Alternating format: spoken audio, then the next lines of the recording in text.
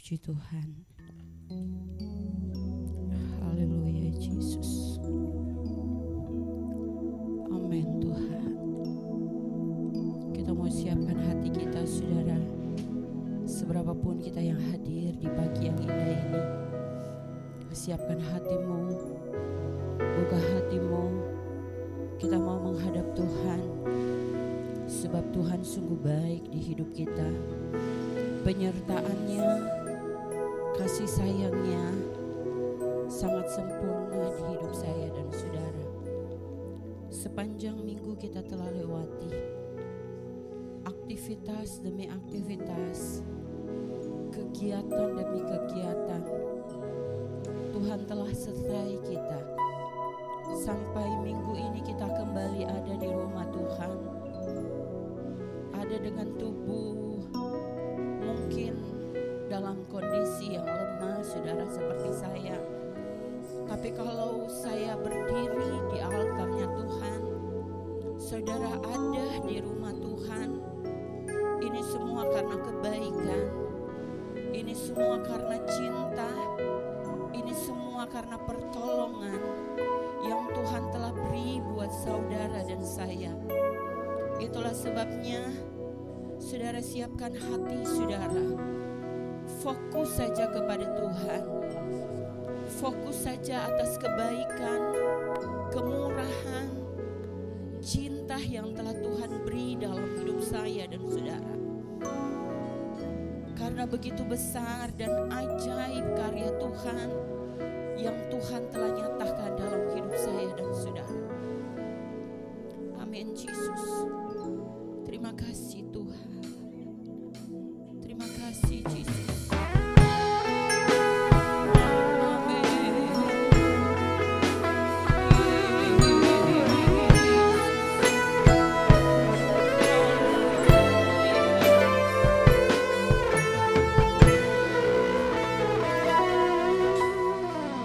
Sadar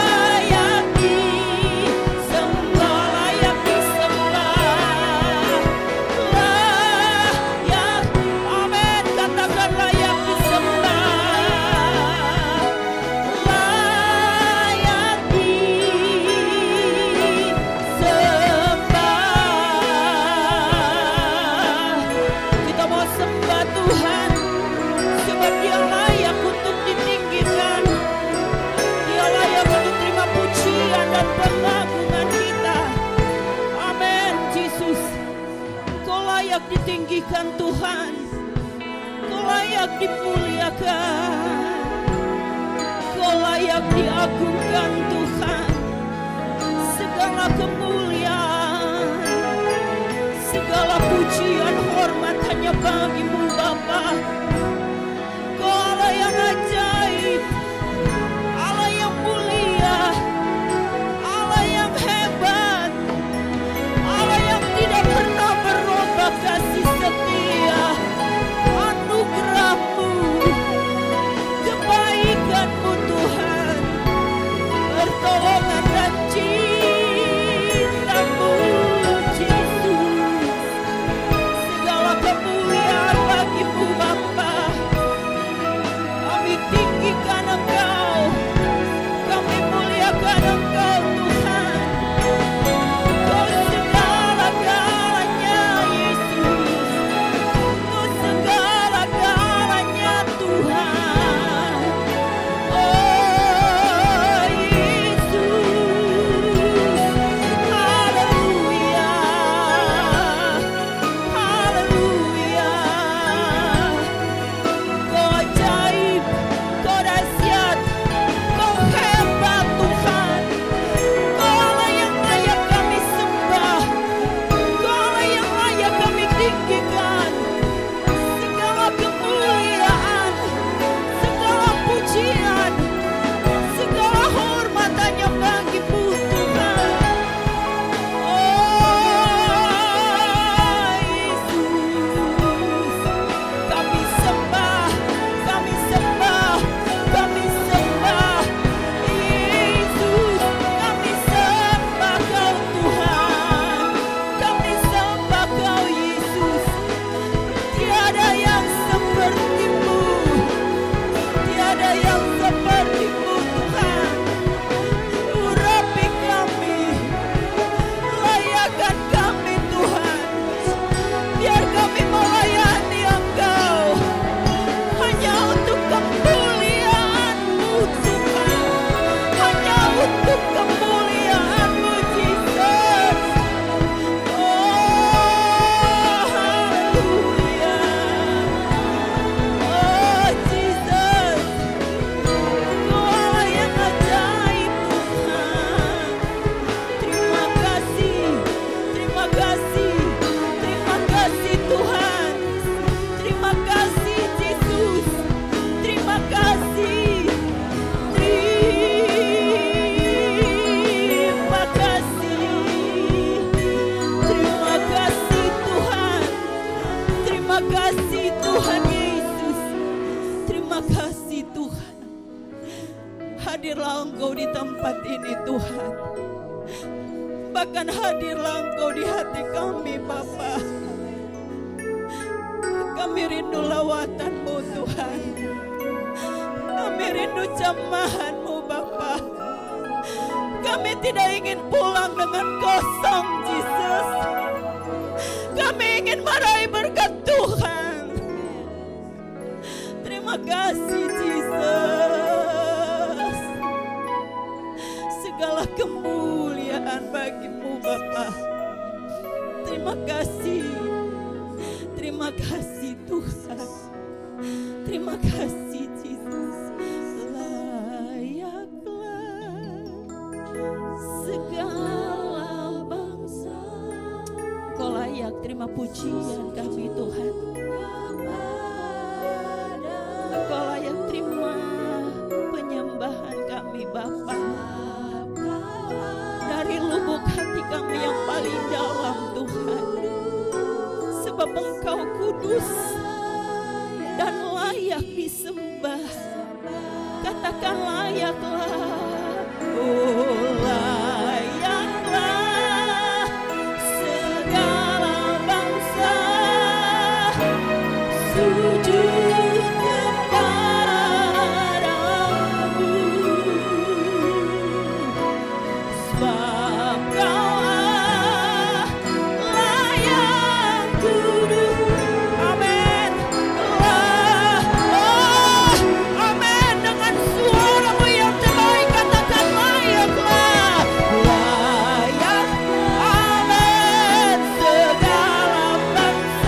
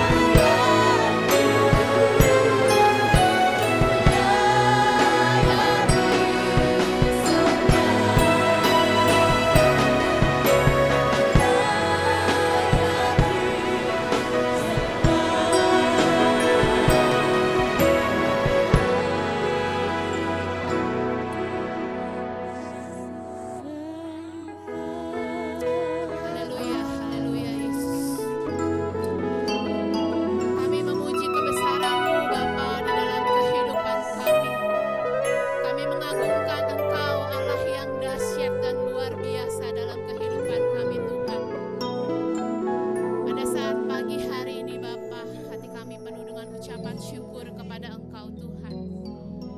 Karena Engkau sudah membangunkan kami dari malam yang penuh dengan kegelapan Tuhan.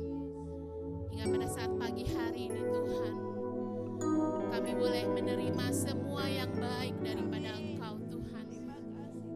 Kami boleh berdiri lagi di rumah-Mu Bapa. Tujuan kami Tuhan, kami mau menyenangkan hati Engkau. Karena hanya itu saja yang dapat kami berikan kepada Engkau Tuhan. Engkau mempunyai segala-galanya Tuhan. Pada saat pagi hari ini Tuhan, kami mau mempersembahkan tubuh kami sebagai persembahan yang menyenangkan hati Engkau. Bapa, pada saat pagi hari ini Tuhan, biarlah setiap pujian yang akan kami naikkan kepada Engkau Tuhan boleh sungguh-sungguh menyenangkan hati Tuhan. Setiap pujian kami Tuhan boleh menyukakan hati Engkau ya Bapa. Bapa, pada saat pagi hari ini juga Tuhan, kami mau berdoa Tuhan bagi teman-teman kami yang belum berada bersama-sama dengan kami Tuhan, hantar mereka agar kami semua boleh memuji Engkau, membesarkan nama Engkau Tuhan.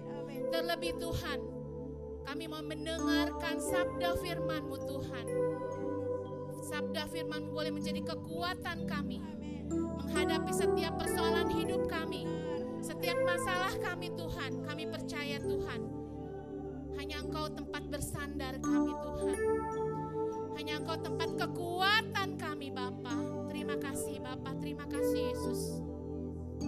Bapa, kami juga serahkan Tuhan ibadah kami pada saat pagi hari ini Tuhan.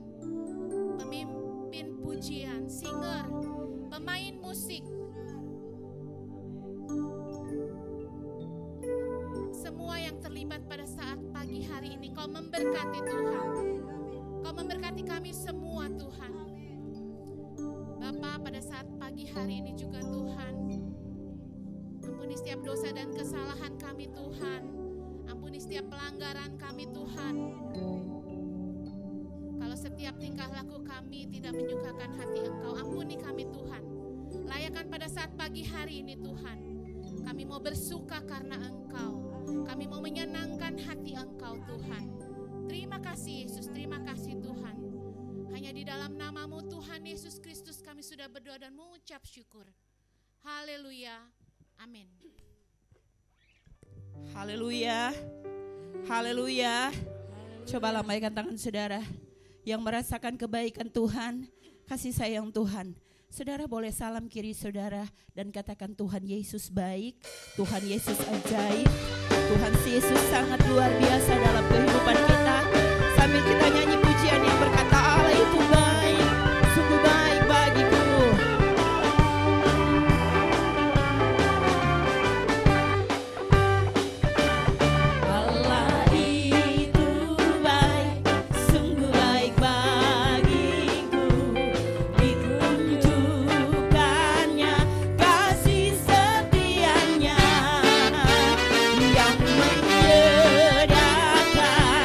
Yang ku perlukan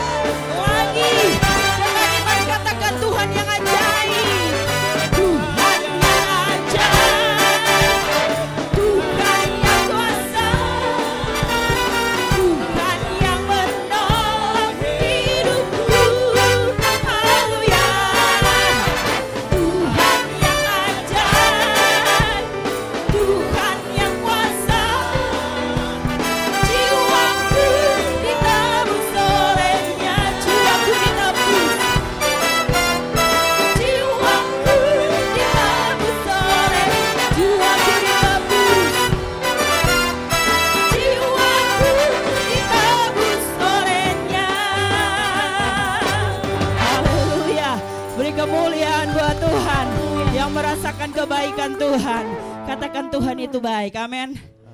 Katakan Tuhan itu dahsyat, amin.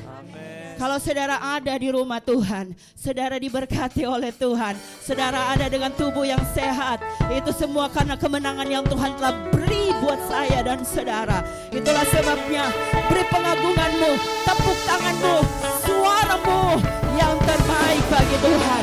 Saudara dengarlah sangkakala, karena hari ini adalah hari pembebasan buat kita, amin. Haleluya.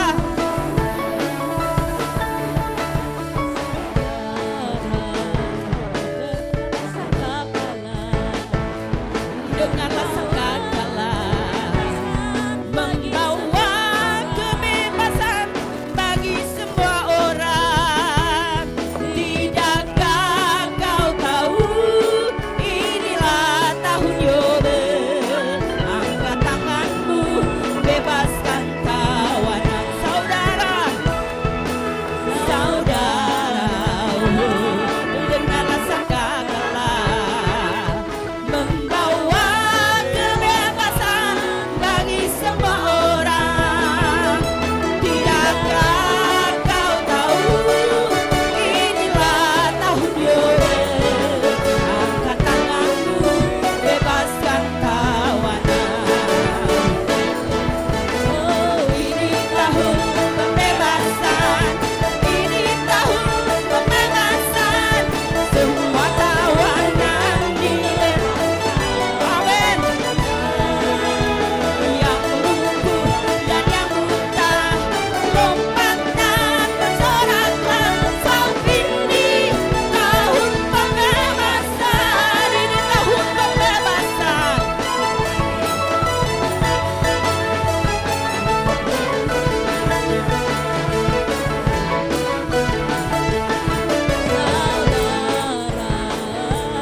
Dengarlah sangkakala membawa kebebasan bagi semua orang.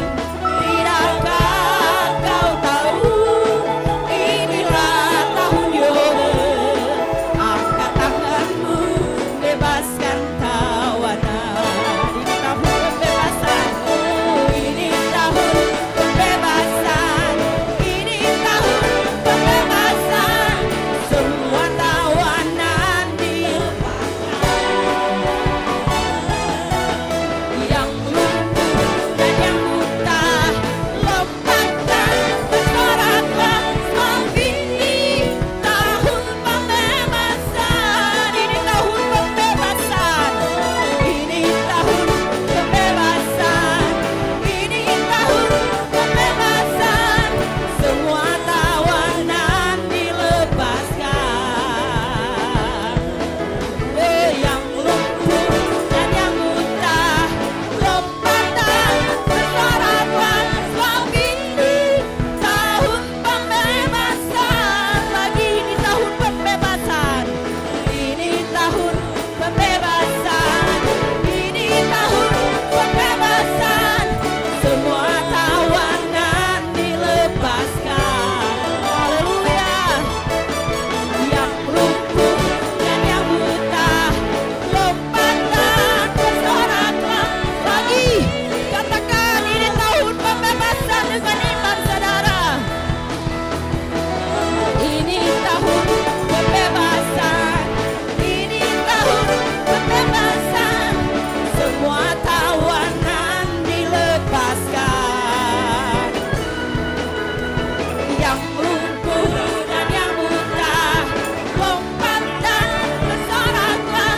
Saat ini tahun pembebasan. Sebab ini tahun pembebasan. Tahun pembebasan. Lagi katakan sebab ini. Sebab ini tahun pembebasan.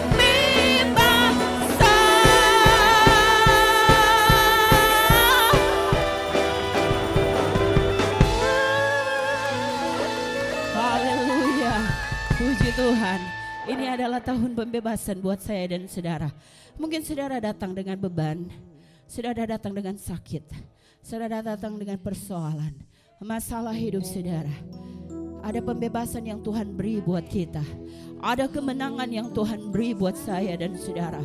Saatnya kita mau siapkan hati kita untuk mendengarkan kebenaran firman Allah. Kita tidak pernah mengerti apa jalan Tuhan di hidup kita.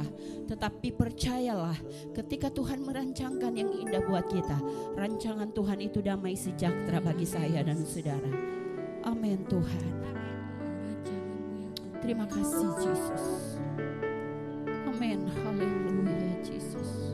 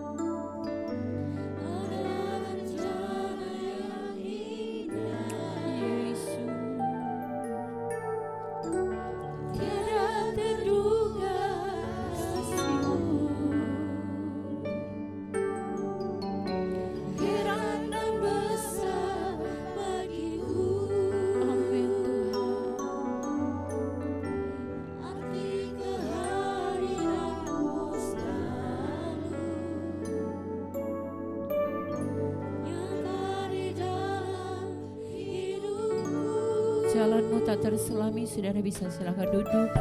Tetapi saudara buka hati saudara. Amin Tuhan. Sambil saudara mengangkat tangan kanan saudara, tangan kiri saudara boleh taruh ke dada saudara. Haleluya.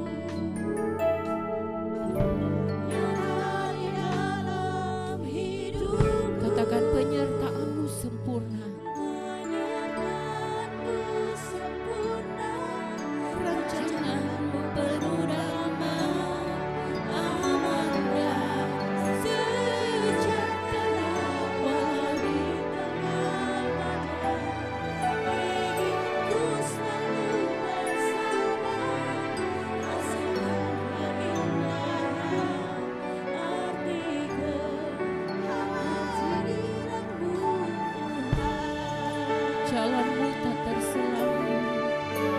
Haleluya. Yesus. Terima kasih Tuhan. Jalanmu tak terselami oleh setiap hati kami. Namun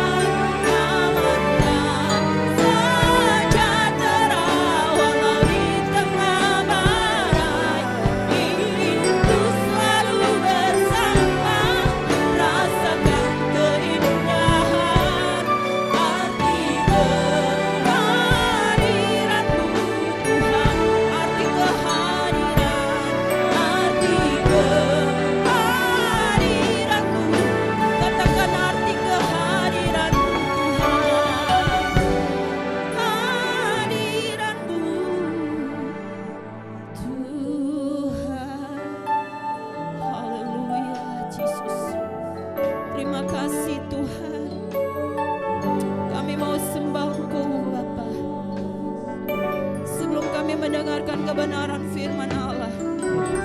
Kami mau meninggikan Engkau Tuhan. Kami mau menyembah Engkau Yesus, Raja di atas segala raja. Kami percaya Engkau duduk di atas pujian dan penyembahan kami. Ketika kami menyembah Engkau Tuhan, ketika kami memuliakan Engkau Bapa, Kau hadir Yesus, Kau hadir Tuhan, Kau hadir di hati kami Bapa, Kau hadir di hidup kami Tuhan, Kau hadir Yesus. Ya Tuhan, Roh Kudus-Mu selalu ada memimpin kami. Roh Kudus-Mu selalu ada menaungi kami. Roh Kudus selalu ada di hati kami Tuhan. Yesus, haleluya. Terima kasih. Terima kasih Tuhan. Terima kasih Yesus. Terima kasih Tuhan. Terima kasih Yesus. Terima kasih Tuhan. Oh haleluya. Haleluya. Oh Yesus baik. Amin. Tuhan, Kau ada di tempat ini Bapa. Ketika kami memuji-Mu Tuhan, Kau ada di tempat ini Bapa. Bahkan di hati kami Yesus, ketika kami meninggikan Engkau, memuliakan Engkau, mengagungkan Engkau Tuhan, Kau ada di hati kami, melawat kami dengan sukacita-Mu Tuhan, melawat kami dengan kekuatan-Mu Tuhan.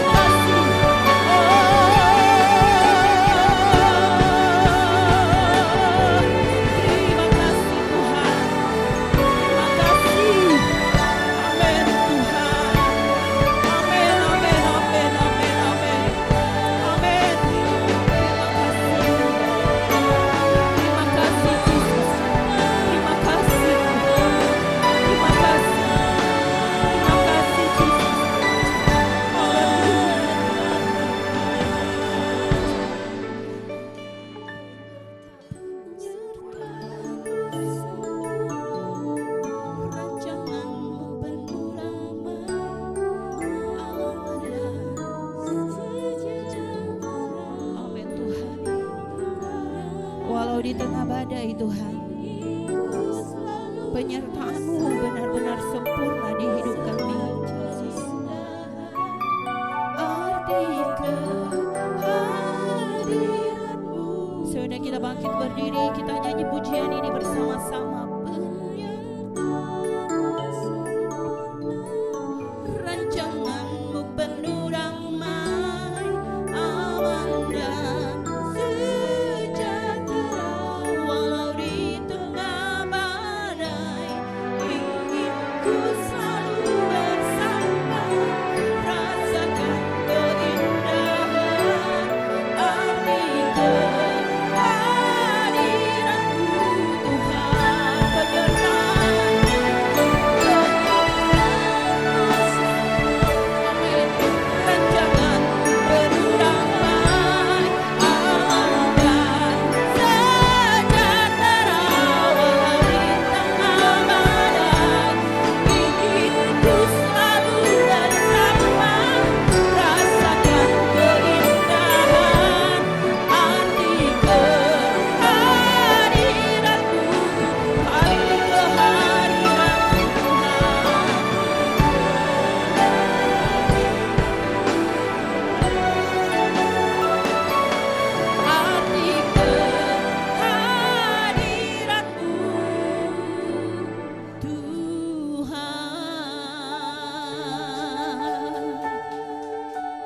Kesediaan dari Bapak Aro untuk berdoa firman Allah yang kita akan dengarkan.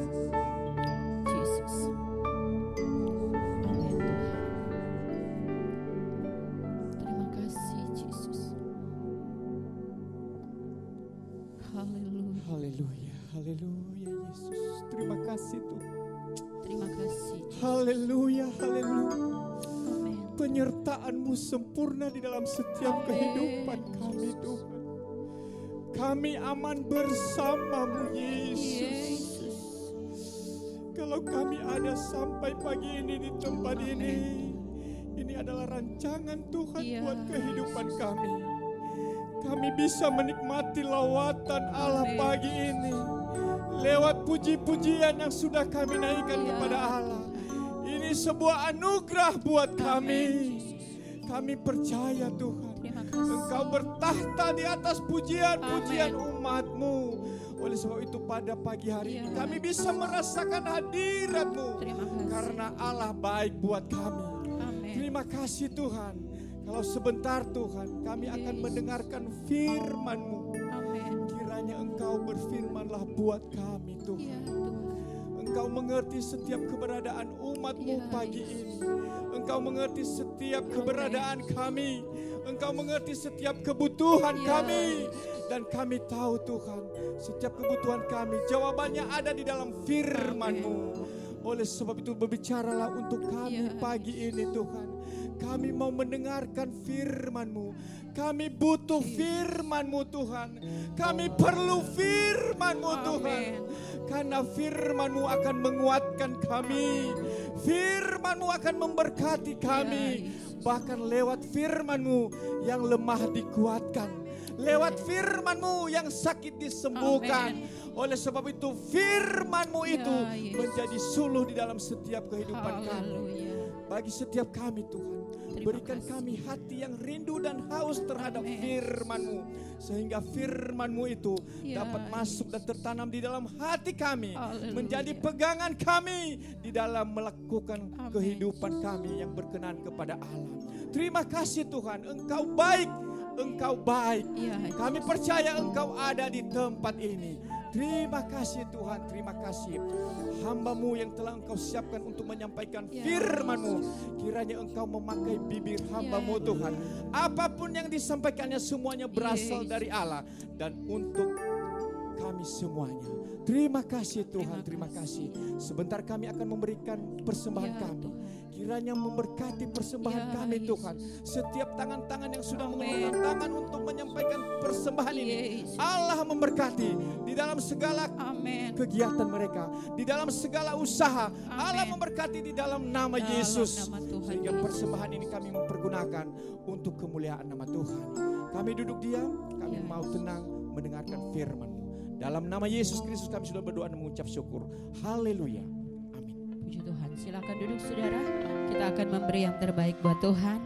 Yang bertugas boleh maju ke depan. Kita nyanyi pujian yang berkata tiada berkesudahan kasih setia.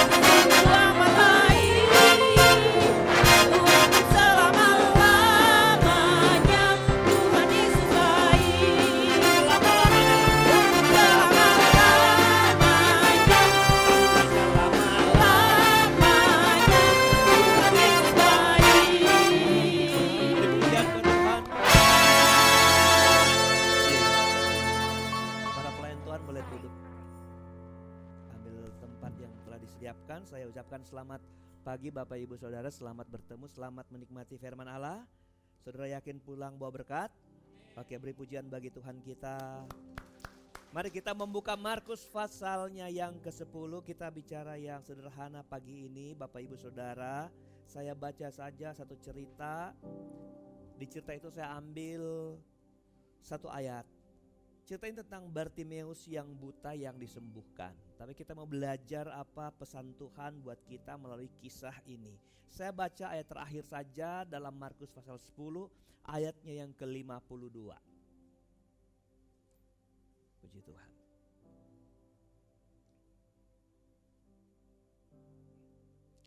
Oke. Tidak keberatan sama-sama saya bisa membacakan ayat ini. Markus 10 ayat 52 mulai 1, 2, 3. Lalu kata Yesus kepadanya, pergilah, imanmu telah menyelamatkan engkau. Pada saat itu juga melihatlah ia, lalu ia mengikuti Yesus dalam perjalanannya. Bapak Ibu Saudara yang berkati Tuhan, saya mau bicara tentang alasan-alasan Tuhan mensahkan iman kita. Alasan-alasan Tuhan mengiyakan iman kita. Kita boleh beriman, tapi iman kemudian dapat disahkan, dikabulkan, diridhoi. Saudara, tentu Allah punya dasar-dasar. kita masih berkutat tentang iman hari ini. Saya mau nyatakan sebelum kita belajar membedah cerita ini, saya beritahu kalimat begini. Iman yang radikal menghasilkan perubahan yang radikal. Tidak ada iman yang asal-asalan menghasilkan hal yang luar biasa, enggak ada. Kamus itu enggak pasti berlaku, enggak bisa berlaku. Iman yang hebat melahirkan, membuahkan, menghasilkan hal-hal yang hebat. Amin saudara, karena iman tidak perlu sebesar gunung. Iman tuh hanya sebesar biji sesawi asalkan dia memindahkan apa? Memindahkan apa? Memindahkan gunung. Iman itu asal biar sebesar biji sesawi, asal hasilnya radikal. Gunung yang besar dipindahkan, jangan terbalik kita ngaku iman sebesar gunung. Tapi biji sesawi gak bisa kita pindahkan. Haleluya. Jadi sebenarnya dalam kekristenan adalah apakah engkau mempraktekkan iman atau tidak. Iman saudara-saudara harus dipraktekkan sebesar apa yang kau tahu dari firman Allah. Banyak orang berlomba banyak tahu firman, tapi kemudian yang dia tahu dia dijadikan iman untuk menghasilkan sesuatu yang radikal. Perhatikan kalimat saya ini. Banyak orang tahu banyak firman, tapi firman itu tidak melahirkan iman yang dia kerjakan untuk menghasilkan yang radikal. Ada orang yang baru bertobat, baru dengar seberapa firman, dia iman, dia yakini, dia kerjakan, menghasilkan sesuatu yang dahsyat dan luar biasa. Amin saudara. Iman itu gak boleh berhenti di tengah jalan ketika dapat tantangan, dapat hambatan. Iman itu harus menerobos saudara. Kalau kita berhenti kita gak menghasilkan apa-apa. Kalau anak saudara hari ini belum sembuh, jangan pernah berhenti berdoa. Kalau saudara belum berhasil bisnismu, usahamu, jangan pernah berhenti berusaha dan menyerahkannya kepada Tuhan. Ya, Anda lihat hari Kamis ada ibu berdoa, anakmu gak mungkin sembuh. Tapi dia radikal, saya percaya sampai sembuh. Yang hadir hari Kamis, imannya menyembuhkan, menolong dia. Oke, mari kita melihat versi ketika Bartimeus disahkan, diindahkan imannya. Tadi kita ada baca ayat terakhirnya, pergilah imanmu telah menolongmu, menyelamatkanmu. Dan pada saat itu juga melihatlah ia, lalu ia mengikuti Yesus dalam perjalanannya. Pertanyaannya adalah kenapa Bartimeus disahkan imannya? Mari kita baca ayat 47,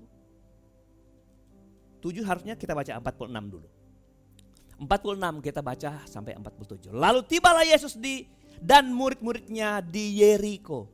Ingat Yeriko, ingat raksasa Sakeus. Dan ketika Yesus keluar dari Yeriko bersama-sama dengan murid-muridnya dan orang banyak yang berbondong-bondong, ada seorang, catat ini, kita sedang bicara orang ini. Seorang apa? Seorang apa? Pengemis. Seorang pengemis yang buta. Ini sudah simpan terakhir. Pengemis yang buta bernama Bartimeus, anak Timeus, duduk di pinggir jalan. Kemarin saya jelaskan sebenarnya dia Markus coba mencari tahu orang ini secara detail, ternyata dia Bartimeus. Ada penyelidikan, Timeus itu saudara-saudara identik dengan nama Timotius, saudara. Timeus, saudara, yang berarti apa? Dimuliakan. Tapi lihat kondisi ini, Timeus ini tidak seperti itu karena dia apa? Pengemis dan buta. Bartimeus sebenarnya hanya anak itu tidak disebut namanya, hanya disebut nama bapaknya karena Bar itu sama dengan bin. Ahmad bin Zaini berarti Ahmad anak Zaini, tapi kalau Bartimeus artinya Timeus. Dia anaknya si Timeus. Bartimeus anak Timeus. Oke. Itu enggak jadi persoalan kita karena itu hanya pengamatan beberapa ahli teologi. Tapi kita mau cari kebenaran firman Tuhan di sini. Ayat 47. Tadi saya sudah suruh simpan saudara di saku saudara apa? Pengemis yang buta. Ketika didengarnya, ketika pengemis buta ini dengar bahwa itu adalah Yesus orang Nazaret, mulailah ia berseru, Yesus anak Daud, kasihanilah kami. Saya mau beritahu, ini langkah-langkah awal di mana iman kita diiakan.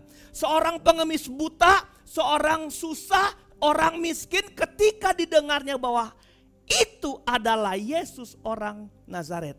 Kata orang Nazaret itu menunjukkan arti Mesias.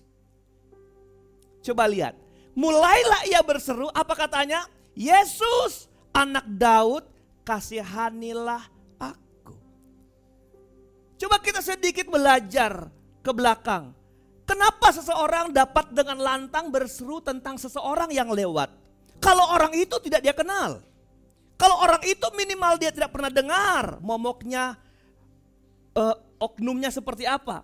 Jadi saya mau katakan sama saudara, Bartimeus ini adalah orang yang cukup menaruh Tuhan lewat pendengarannya, lewat pengetahuan sebatas kapasitas dia. Karena dia hanya tahu dari mendengar, bukan tahu dari melihat, karena dia apa? Buta. Tetapi itu telah menjadi apa? Menjadi iman dalam kehidupannya. Mari kita bandingkan dengan orang-orang yang berbondong-bondong. Karena menurut cerita ini adalah perjalanan Yesus untuk melakukan suatu ibadah di Yerusalem. Banyak orang datang ke sana, bahkan di kelompok itu kita kenal ada 12 rasul, 12 murid yang apa? Dekat dengan Tuhan. Jadi kalau dari sisi kedekatan, siapakah yang lebih dekat Yesus, murid atau Bartimeus ini? Jawaban kita sudah pasti menjawabnya adalah murid-murid Tuhan. Tapi coba kita lihat, orang yang sekedar duduk menghabiskan waktu di tempat itu. Karena versi Matius dan Lukas itu menulis ada 2 orang buta. Jadi itu sebenarnya tempat favorit orang buta untuk mengemis. Saudara, dia telah memilih kelompoknya, dia telah memilih komunitasnya. Kami komunitas tengah berdaya, kami komunitas yang tidak bisa berbuat apa-apa. Tetapi dalam kapasitas rendah ini, dia tidak membatasi imannya hanya dengan mendengar. Kalau dia nggak tahu isu orang Nazaret, dia akan berseru, Yesus anak Daud, kasihanilah. Mari kita lihat tentang istilah Yesus, karena waktu itu Yesus itu bisa ada berapa banyak Yesus namanya. Karena Yesus itu identik dengan Yosua. Kita lihat kisah Rasul pasal 22 ayat 8. Kita lihat dulu kenapa nama Yesus itu kenapa Yesus itu disebut orang Nazaret, berarti dia bukan Yesus yang kebanyakan, saudara. Oke? Kisah Rasul 22 ayat 8. Perhatikan ayat ini, saudara. Siapakah engkau, Tuhan? Tahan di sini dulu. Jadi ini pertanyaan tentang satu sosok yang dia sendiri sebut siapa? Tuhan. Tapi Tuhan ini kemudian menjadi Tuhan yang asing bagi orang yang bertanya. Kalau orang ini juga penyembah Tuhan. Ngerti gak, saudara? Kalau dia bertanya, siapakah engkau, Tuhan? Padahal dia sendiri penyembah Tuhan. Kalau dia menyembah Tuhan yang sendiri dia tahu, dia tanya namanya, berarti ini Tuhan yang tidak seperti yang dia sembah. Paham, saudara? Oke, saya jawab dulu. Kita lanjut dulu. Akulah Tuhan, katanya, aku Yesus orang apa?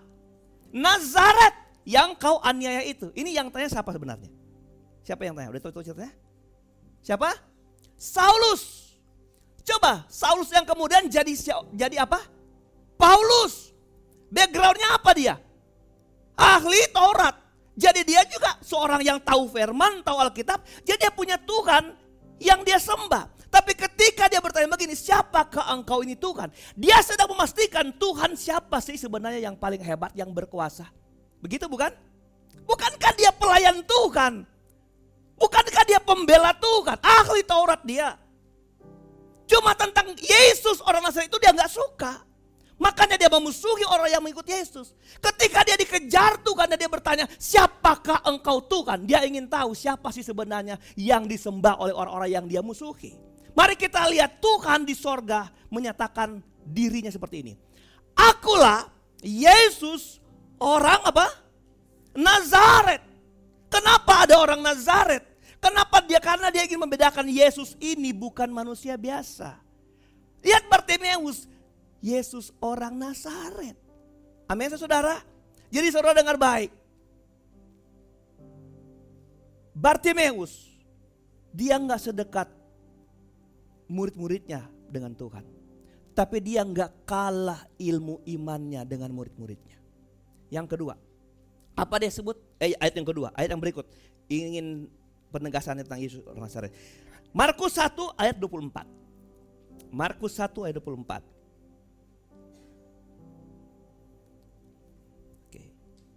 Apa urusanmu dengan kami, hai Yesus orang Nazaret? Engkau datang hendak membinasakan kami. Aku tahu siapa engkau, yang kudus dari Allah. Yang ngomongin siapa kira-kira? Setan, iblis, ya kan? Iblis bilang, apa urusanmu dengan kami? Hai Yesus orang Nazaret. Yesus ini bukan Yesus yang biasa berarti. Bahkan bukan hanya orang ahli teolog. Iblis pun kenal siapa Yesus orang Nazaret. Yang ditakuti, yang disembah, yang yang dihormati. Dan tidak ada kuasa yang menandingi dia. Termasuk kuasa iblis, kuasa setan. Iblis sendiri menyatakan itu. Engkau datang hendak menyesatkan kami. Aku tahu siapa engkau, yang kudus dari Allah. Yesus orang Nazaret. Oke, saudara yang diberkati Tuhan. Bartimeus punya iman tentang Tuhan. Dan dia mengalami iman tentang Tuhan itu dalam kehidupannya. Saudara ada di pihak mana? Bartimeus atau di pihak murid-murid? Karena ada banyak orang Kristen yang ada di komunitas Yesus, berbondong-bondong ingin beribadah. Itu sama orang Kristen yang iring Tuhan, gereja setiap waktu dinyatakan diri dekat dengan Tuhan. Tetapi saudara dengar baik. Mungkin pengetahuanmu, saya nggak bilang pengetahuan Bartimeus lebih hebat dari pengetahuan murid-murid, tidak. Bartimeus nggak pernah hari-hari bersama Yesus. Murid-murid sehari bersama Tuhan. Tetapi Bartimeus sepenggal pengetahuan tentang Tuhan telah menjadikan iman dalam diri dia. Haleluya. Makanya kalau mau berbuat sesuatu tentang Tuhan, jangan nunggu ahli Alkitab dulu. Haleluya. Seberapa yang engkau bisa lakukan buat Tuhan, sebagaimana yang kau tahu harus engkau kerjakan dalam firman Tuhan, kerjakanlah itu, karena itu akan melahirkan iman. Kalau hal yang kecil itu bisa melahirkan hal-hal besar dalam hidup saudara, kerjakanlah sekarang, jangan menunda 10 tahun lagi. Amin. Haleluya. Oh, saya gak punya iman, misal maka anak saya gak sembuh, usaha saya gak jalan. Saudara dengar, imanmu gak perlu sebesar gunung, tapi imanmu harus radikal melahirkan hal yang besar. Amin. Oke, jadi saudara, pesannya adalah mari kita mengenal Tuhan lebih dalam. Semua yang kita tahu tentang Tuhan, nyatakanlah itu menjadi iman saudara. Kalau engkau tahu Tuhan itu menyembuhkan, yakinilah engkau pasti sembuh waktu sakit. Kalau engkau tahu Tuhan itu pembelamu, berharaplah kepada Dia lebih dari berharap kepada manusia untuk membela hidup saudara. Amin. Kalau engkau tahu Dia penolong yang hebat, berserahlah kepada Dia. Hanya itu yang engkau tahu tentang Tuhan. Malah mungkin engkau gak tahu siapa ibunya Yesus, gak peduli. Kalau engkau tahu saja Tuhan itu juru selamat, Tuhan itu penolong, kerjakan itu. Tangkap itu jadi iman, dan ingat hidupmu akan tertolong setiap waktu karena Tuhan. Yang kedua, apa yang kita mau lihat dari cerita ini? Kan kalau kita bedah banyak, kita per ayat pasti banyak sekali makna rohaninya. Tapi saya cuma ambil 3 bagian. Tadi udah satu tentang dia mengenal Tuhan dan mempraktekkan pengenalannya akan Tuhan. Oke. Jadi saudara kalau udah sakit jangan saudara gak teriak seperti Bartimeus ya. Udah saatnya perlu pertolongan, saudara malah cari-cari yang lain. Oke. Ayat yang kedua ayat 50. Ayat 50. Tadi ayat 20 berapa? 7, kita baca ayat 28 gak masalah. Sampai kita ketemu ayat 50. Oke. Ayat 28. Jadi saya hanya ambil 3 sini saudara. Kalau mau per ayat banyak ya. Lalu tersebarlah. Oh itu Matius ya. Lalu tersebarlah dengan cepat kabar tentang dia ke segala penjuru seluruh Galilea. Oh salah ya. 10, Markus 10. Oke.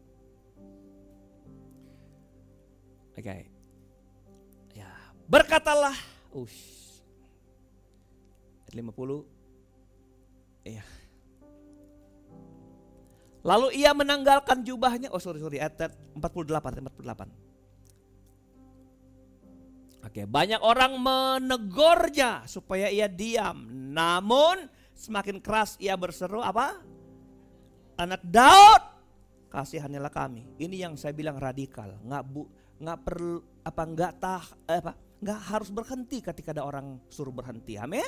Saudara, nggak diam, aku harus ngomong. Anak Daud, kasihanilah aku. Ayat 49, saya nggak bicara di sini. Saya mau bicara 50 cepat. Lalu Yesus berhenti dan berkata, panggillah dia. Wow, luar biasa, bukan kamu yang manggil aku, tapi Tuhan memanggil kita. Amin. Mereka memanggil orang buta itu dan berkata kepadanya, kuatkan hatimu, berdirilah, ia memanggil engkau. Tadi orang-orang melarang, sekarang orang ikut-ikutan, ya. Tuhan tadi Pak, nanti Tuhan panggil, Tuhan sudah panggil. Tadi mereka enggak menjadi orang yang bisa yang bisa memberi semangat. Ayo, kamu bisa sembuh, ada juru selamat, ada penolong. Enggak, saudara. Jadi banyak orang yang begitu. Ada orang yang mau maju dihalang-halangi, saudara. Nanti kalau baru ikut-ikutan, ayo maju, Tuhan mau manggil kita. Oke, ayat 50 saja. Ayat 50. Lalu ia menanggalkan jubahnya. Ia segera berdiri dan pergi apa? Mendapatkan Yesus. Yang kedua saya mau beritahu, iman yang menerobos, iman yang radikal, iman yang tak tergantung dengan zona nyaman, dengan rasa nyamannya.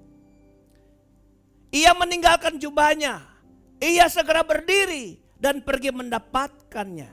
Kita mau bicara jubah di sini. Jubah ini saudara-saudara tidak hanya kepentingannya untuk menutupi tubuhnya, untuk menghalau dingin di waktu malam, supaya dia ada kehangatan, supaya dia bisa tidur sekalipun mungkin tidur di emperan, tidur di komunitas para pengemis, saudara, tidur di tempat dia tiap hari untuk dapat minta sedekah atau apa pundi-pundi rupiah, uang dari orang yang lewat. Saudara, bukan hanya itu dia menutup dirinya dengan panas kalau siang, tapi dengar, pengemis biasanya menggelar jubahnya di depan dia untuk bilang tolong. Enggak tahu bahasa pengemisnya seperti apa. Kebanyakan yang kita dengar, Om buat makan gitu kan. Atau apa yang Anda lihat? Lapar Om. Versi pengemis. Lalu ada orang-orang yang lewat dengan harapan dia itu dapat lemparan keping, lemparan uang. Di apa? Di atas jubah ini yang dia gelar di depan dia. Saudara. Jadi dia itu hidup dari jubahnya, merasa nyaman dengan jubahnya, lalu untuk mendapatkan sesuatu untuk perutnya dengan menggelar itu untuk dapat sesuatu. Saudara, ketika orang mau melihat Tuhan membuat sesuatu yang radikal dalam kehidupannya, dan ketika dia tahu bahwa dia apa yang dia kenal tentang Tuhan dan Tuhan telah memanggil dia untuk pindah ke zonanya Tuhan, dia harus meninggalkan jubahnya. Haleluya. Ini saya bilang zona nyaman bagi seorang pengemis ini adalah jubahnya. Saudara, selama kita tinggal di tempat yang kita anggap nyaman, yang penting aku bisa hidup, yang penting aku besok bisa hidup, yang penting aku besok lagi bisa hidup, maka saya beritahu sama saudara, maka hidupmu hanya itu saja. Amin. Kita nggak bisa melihat bahwa besok tuh lebih hebat dari hari ini. Besok tuh lebih luar biasa dari hari ini. Kita harus meninggalkan sesuatu, harus berani membayar harga dari apa yang selama ini zona-zona nyaman yang membuat kita tidak berkembang, tidak melejit, tidak dekat dengan Tuhan, kita harus tinggalkan. Mari kita membaca saja salah satu ayat dalam kitab Perjanjian Lama, Ulangan pasal 32 ayat 11.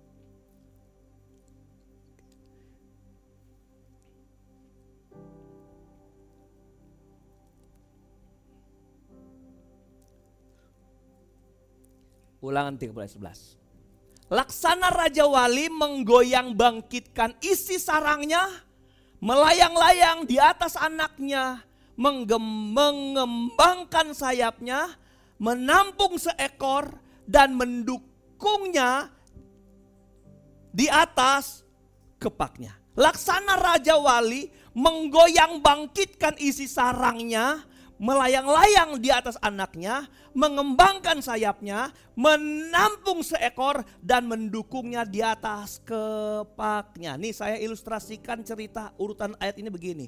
Jadi ada Raja Wali, saya sebut ini sebagai induk Raja Wali. Dia menggoyang, goyang bangkitkan, ini artinya dia apa? Apa? Bahasa lain apa?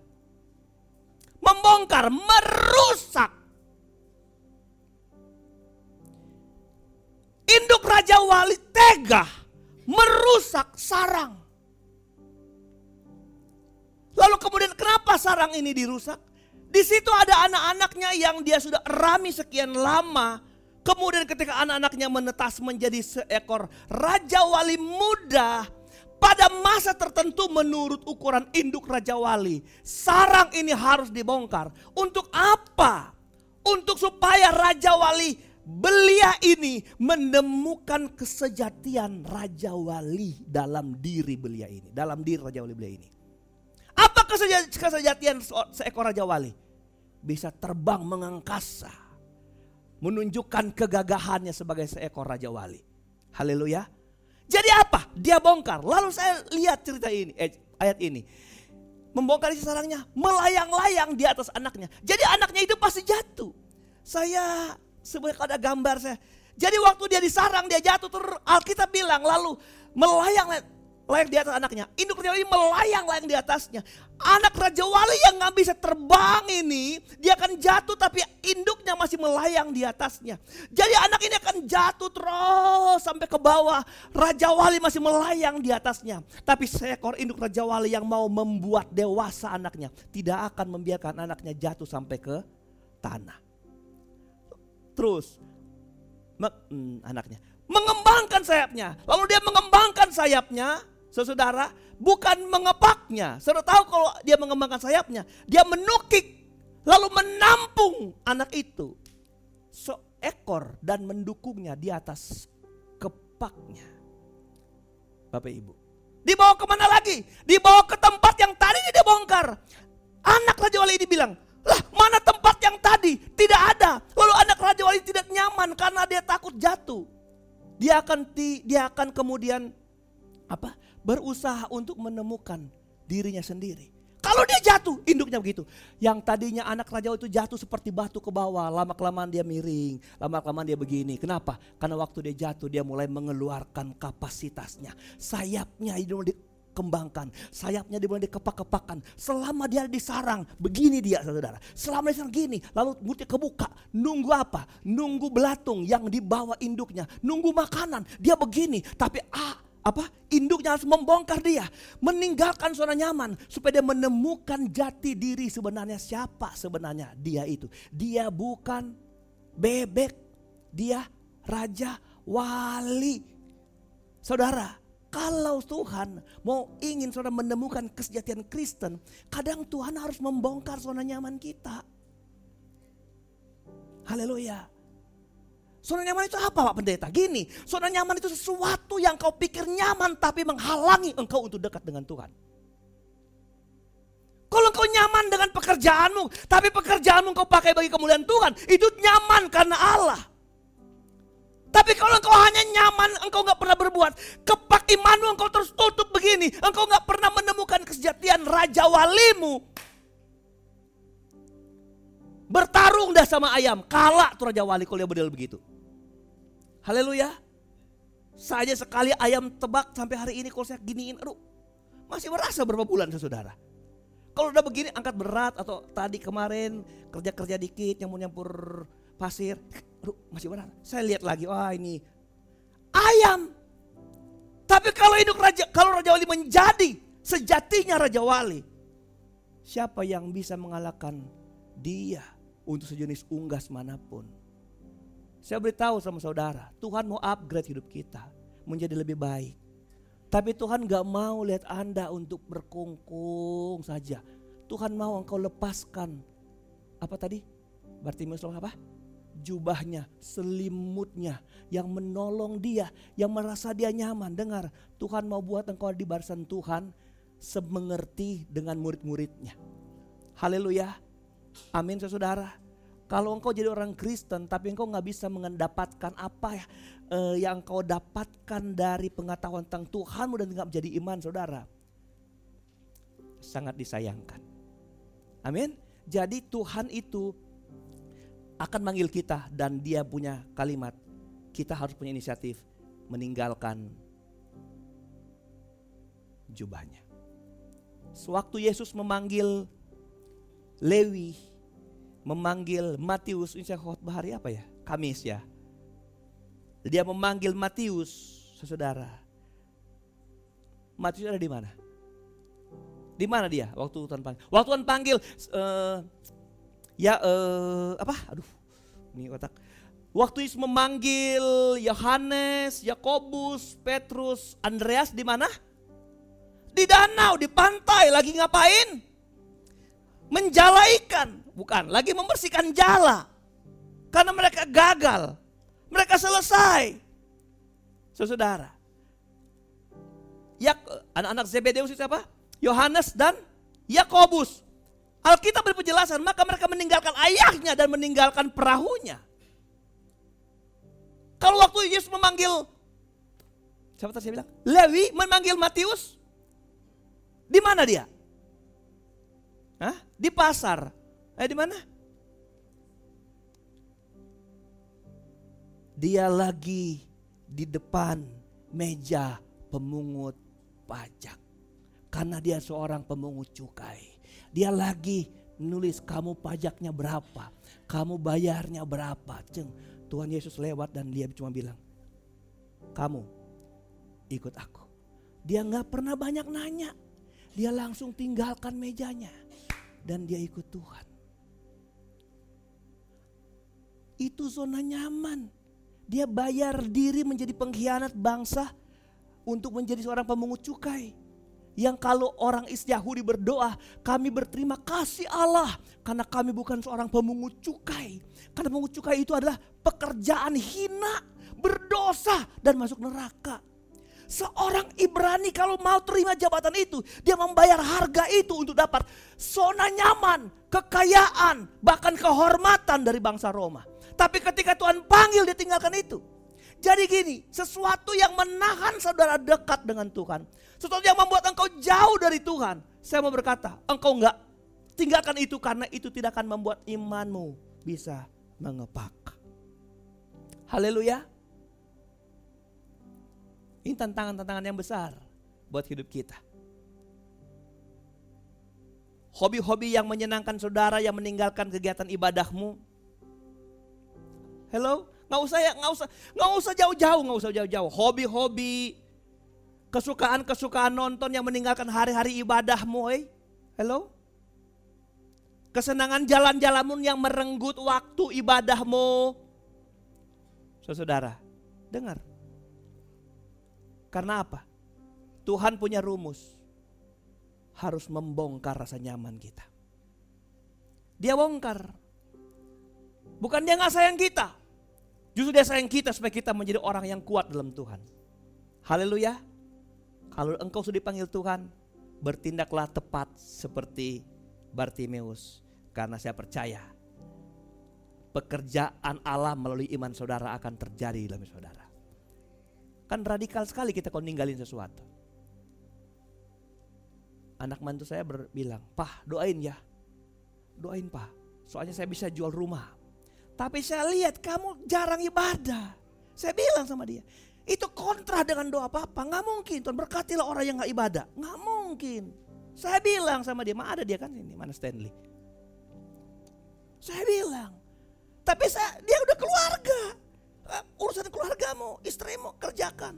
Tapi kalau hal saya bilang sama dia, susah kan, saya bilang, berkatilah Tuhan karena dia nggak ibadah kan susah.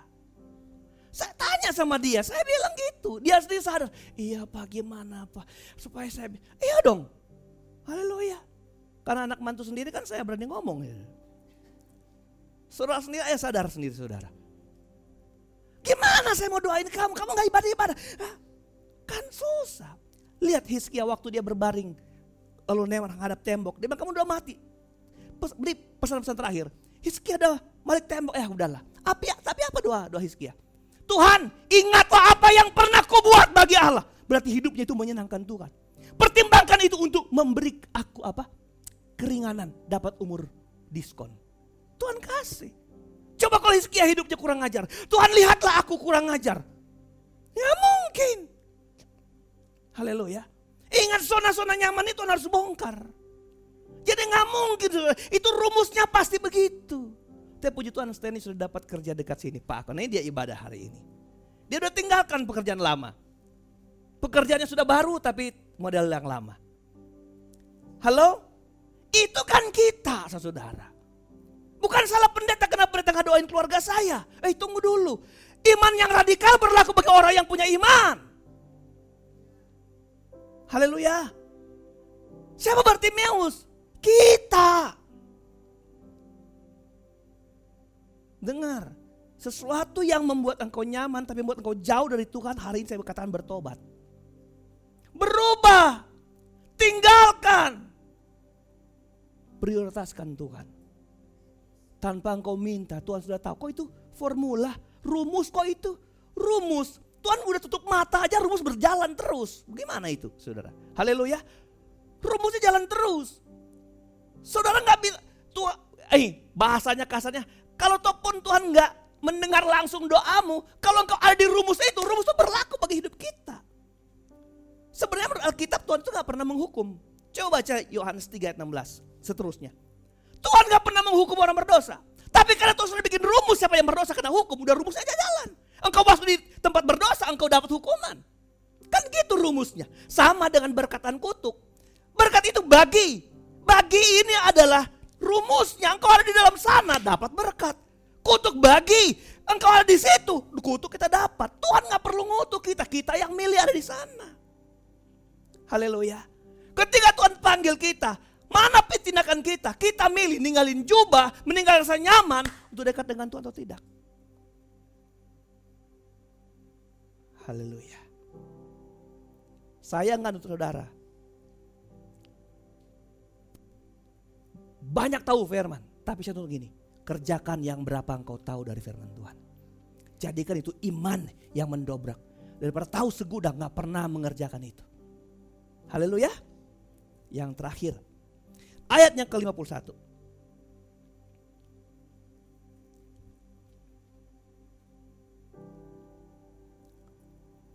Tanya Yesus kepadanya, apa yang kau kehendaki supaya aku berbuat bagimu? Sebenarnya ini saya baca satu komentar, saya sepakat dengan teolog yang komentar itu. Ini semua pertanyaan, gimana? Pertanyaan bodoh ini saudara. Kenapa? Apakah Tuhan gak tahu apa yang Bartimeus mau? Tapi Tuhan perlu tanya. Jadi kadang-kala cara-cara Tuhan ini yang bagi kita gak masuk akal, kita tuh bodoh. Tuhan tuh pintar untuk mencari, mengkolek sesuatu saudara. Ada seorang pencuri, di beberapa orang dia gak tahu siapa yang mencuri. Tapi dia nuduh yang satu, kamu udah maling. Padahal bukan dia yang mencuri, salah dia saudara. Akhirnya yang dituduh ngaku, yang nyuri dia. Saudara, kenapa Tuhan bilang, apa yang kau kehendaki, aku perbuat kepadamu. Padahal Allah sudah tahu apa kebutuhan Bartimeus. Tapi saya tanya, dari ini, apa sih sebenarnya yang Tuhan punya maksud? Tuhan punya maksud gini, Bartimeus, kalau aku mau jawab doamu, mau jawab imanmu, prioritas apa yang aku mau buat bagi hidup kamu? Di mana ya suka saya bilang, yuk kita berdoa 1 menit secara pribadi. Katakan kepada saudara, kepentingan apa yang paling penting untuk Tuhan jawab? Apa dia? Doa Sabtu atau doa apa ya? Lupa saya. Suka sekali kalau saya doa. Yuk 1 menit kita merenungkan. 1 menit kita berdoa secara pribadi. Habis doa syafaat, doa pribadi. Ayo, kamu mau berdoa apa? Mau anakmu sembuh? Ayo, kalau itu engkau anggap paling penting di keluargamu, itu engkau doakan. Atau Tuhan, aku lagi punya bisnis tapi dihalang orang. Oke, itu yang kau kerjakan. Itu misalnya kalau Tuhan milih, kamu mau apa yang paling penting? Saudara? Dari beberapa jawabannya. Kenapa? Tuhan ingin tahu. Kalau Tuhan mau jawab kita, Tuhan sendiri ingin tahu. Itu prioritas apa sih yang harus dijawab Tuhan dalam kehidupan kita. Saya tanya, Bartimeus itu buta atau pengemis? Hah? Kan prioritas salah satu. Menurut saudara ya, Bartimeus itu buta atau pengemis? Ya kalau sepintas lalu kan kita udah tahu ya dia kan buta, pengemis. Saya tanya begini kalimatnya, apakah karena dia mengemis lalu dia buta atau dia buta lalu dia mengemis? Hah? Halo? Bingung ya?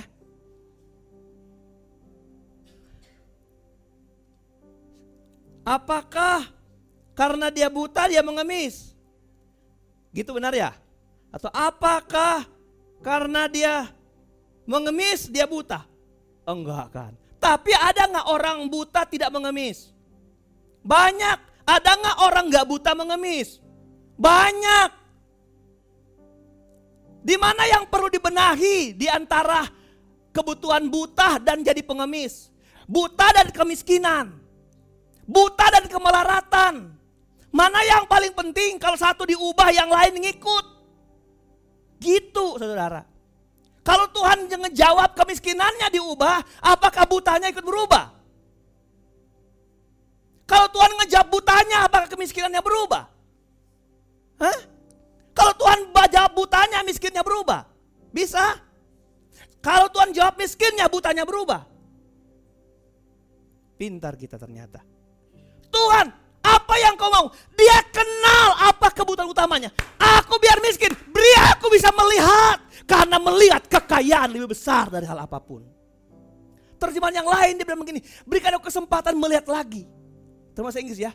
Berarti dia pernah dia dulu melihat.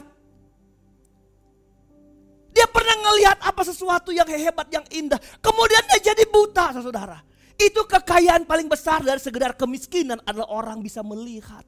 Tapi waktu engkau kenal prioritas kebutuhan saudara, apa yang Tuhan buat sama Bartimeus? Aku berbuat bagimu, jawab orang, Rabuni, supaya aku dapat melihat. Dia tahu mana kebutuhan utamanya. Dia lebih suka melihat kalaupun dia tetap jadi status orang yang tak beruang. Tapi kita baca ayat terakhir. 50, berapa ada 52? Nggak ada ternyata. Lalu kata Yesus kepadanya, pergilah, imanmu telah menyelamatkan engkau. Pergilah, cukup bagiku. Aku gak perlu mendoakanmu karena engkau tahu apa prioritasmu. Engkau menikmatinya. Pergilah dia. Saya tanya, ketika dia sudah bisa melihat, dia bisa punya uang lagi gak?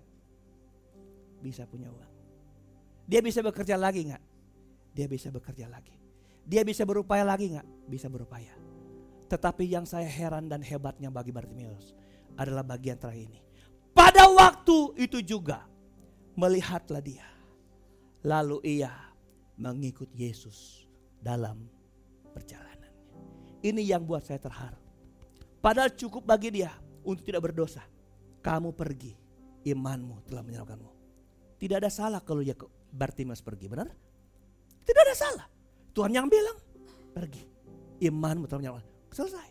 Tapi Bartimeus memilih jauh lebih baik daripada apa Yesus bilang. Dia apa? Mengikut Yesus dalam perjalanannya. Kalau benar tafsiran rombongan ini akan pergi berziarah dan ibadah di Yerusalem. Karena itu perjalanan beberapa hari. Karena 100 kilo lebih perjalanan ke sana. Dengar baik Bapak Ibu Saudara. Dia memilih untuk ikut beribadah dengan Tuhan. Saya percaya orang yang dekat dengan Tuhan akan dimakmurkan Tuhan. Saya percaya orang yang jalan bersama Tuhan akan diberkati Tuhan. Saya percaya orang yang memilih ketika dia merasakan kebaikan Tuhan, dia dekat dengan Allah. Allah pulihkan segala-galanya. Dengar, prioritaskan yang utama. Yang lain akan Tuhan ubahkan secara otomatis bagi hidup kita. Haleluya. Saya tanya, ada keperluan apa yang paling penting hari ini? Ada banyak orang berteriak kepada Tuhan untuk kebutuhan lahirnya. Untuk egonya dijawab. Engkau enggak bisa melihat, saya mau dijawab Tuhan untuk sesuatu yang kemudian saya pakai bagi kemuliaan Tuhan. Yesus menjawab permohonan Bartimeus buta untuk melihat. Karena kalau dia melihat, dia mau pakai buat mengiring Tuhan sampai Tuhan Yesus datang kembali. Nggak bilang amin. Tundukkan kepala. Haleluya. Orang-orang yang mau ikut Tuhan gak akan dibiarkan jadi pengemis. Pengemis itu artinya meminta-minta. Lihat Alkitab bilang. Orang benar itu tidak akan dibuatnya meminta-minta. Bahkan anak cucunya akan terus diberkati. Hebat, luar biasa. Orang benar. Orang yang membangun imannya dalam Tuhan akan melihat kemuliaan Tuhan yang besar. Sembari duduk saudara, renungkan kebenaran Tuhan ini. Hari ini apakah engkau sedang ada dalam kondisi seperti Bartimeus? Amin, Yesus. Coba engkau ingat. Engkau bukan miskin secara harta, miskin secara jabatan.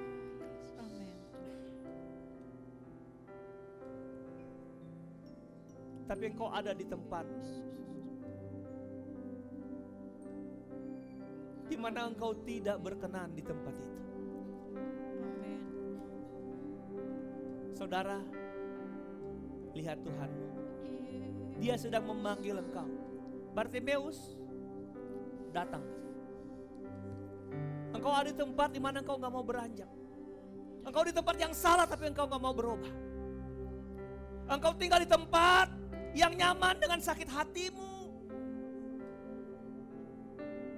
Engkau tinggal di tempat yang nyaman dengan rasa-rasa yang salah. Saudara, ubah. Engkau tinggal di tempat yang aku begini saja, gak apa-apa. Yang penting aku besok gak mati. Bartimeus begitu terus, dia gak akan ada perubahan. Dia gak bisa jalan dengan seenaknya. Dia gak bisa melihat sesuatu yang indah. Dia harus punya tindakan-tindakan iman yang radikal untuk melihat perubahan-perubahan radikal yang Tuhan beri. Saudara, hari ini ada yang terkungkung dengan persoalan masalah apapun. Bangkit, Tuhan memanggilmu, Tuhan menolongmu, Tuhan mengasihi. Mari kita bangkit berdiri. Kita bilang terima kasih buat Tuhan Yesus. Terima kasih buat anugerah-Mu yang ajaib Bapa. Terima kasih Tuhan. Terima kasih buat pertolongan-Mu yang luar biasa dalam hidup kami. Terima kasih buat sukacita damai sejahtera yang hebat.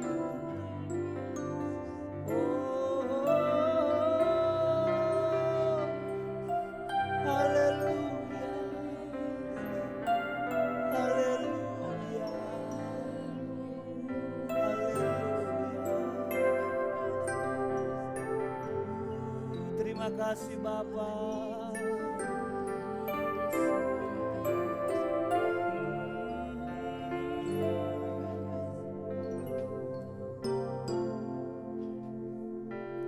Bagaikan tanah kering yang merindukan air, berikanlah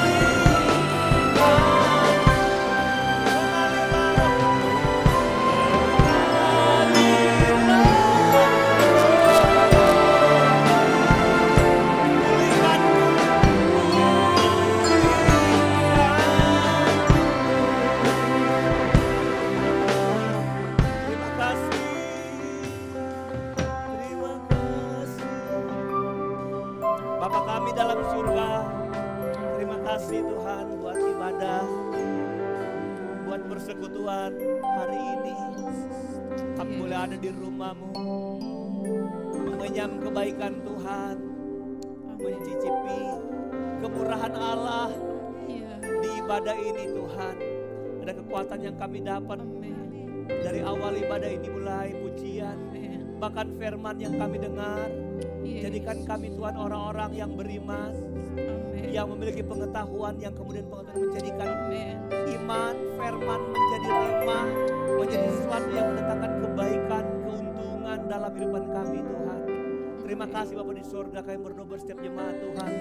Dalam setiap pergumulan mereka Tuhan di sana, berikan mereka kebebasan, kelepasan Tuhan. Bebaskan mereka dari setiap ikatan apapun Tuhan. Allah berikan mereka kekuatan yang luar biasa untuk menerobos Tuhan hal-hal yang hebat dan luar biasa dalam Tuhan. Ada yang sakit Tuhan sembuhkan, yang lemah Tuhan berikan kekuatan. Dan kami yang hadir pada minggu ini Tuhan, menerima anugerah, kemurahan, kebaikan Tuhan yang besar.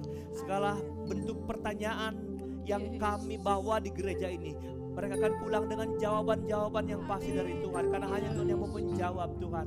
Berikan kami semua kesehatan dan kekuatan, dan pelihara kami seperti biji mata-Mu Bapa.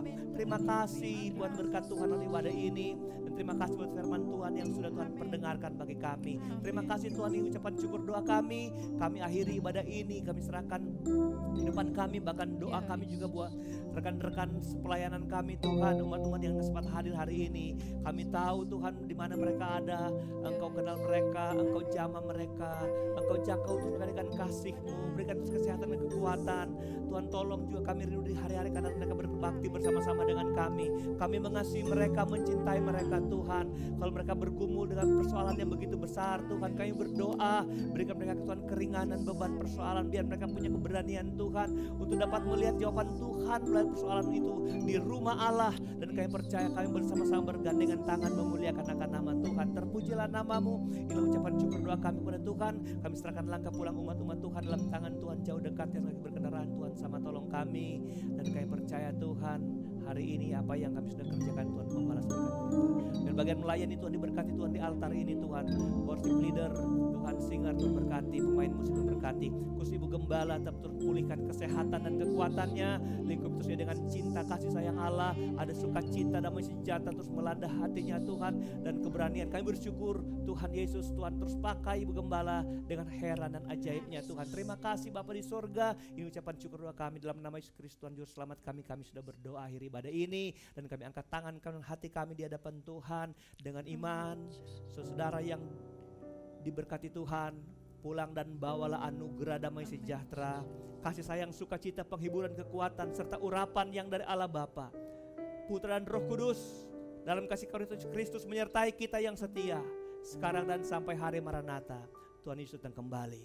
Mengucap syukur kami berdoa. Haleluya, haleluya, haleluya. Terima kasih.